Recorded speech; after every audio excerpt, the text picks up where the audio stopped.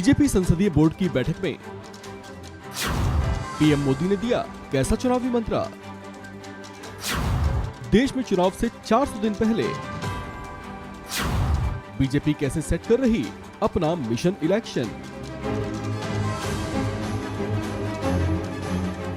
देश में होने वाले आम चुनाव को लेकर अब लगभग 400 दिन का ही वक्त बचा है। ऐसे में इन चुनावों को लेकर राजनीतिक दलों की संजीदगी बढ़ गई है। केंद्र में सत्तारूढ़ बीजेपी भी इससे अछूती नहीं है। कुछ इसी तरह के संकेत तब मिले जब बीजेपी संसदीय बोर्ड की बैठक हुई।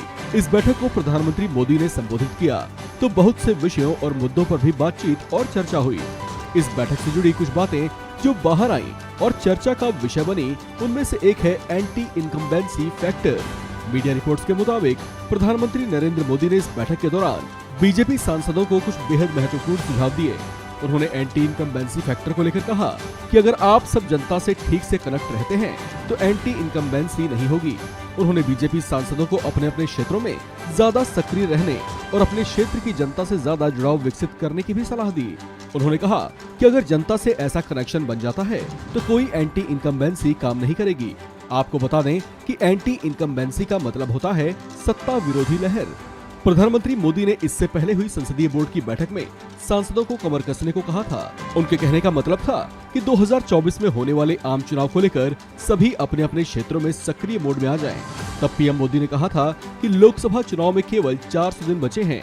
इस बैठक में प्रधानमंत्री मोदी ने बजट को लेकर भी अपनी बात रखी। प्रधानमंत्री मोदी ने कहा कि ये अमृतकाल का बजट है, ये बजट सबके लिए है। इस बजट को जन जन तक ले जाया जाए। संसदीय कार्य मंत्री प्रहलाद जोशी ने बताया कि प्रधानमंत्री मोदी ने कई विषयों की तरफ ध्यान आकर्षित किया। उन्होंने कहा कि पूरा बजट और अंतरिम बजट मिलाकर 25 बजट का अनुभव मिला है। इसे चुनावी बजट कहने का साहस नहीं हुआ है।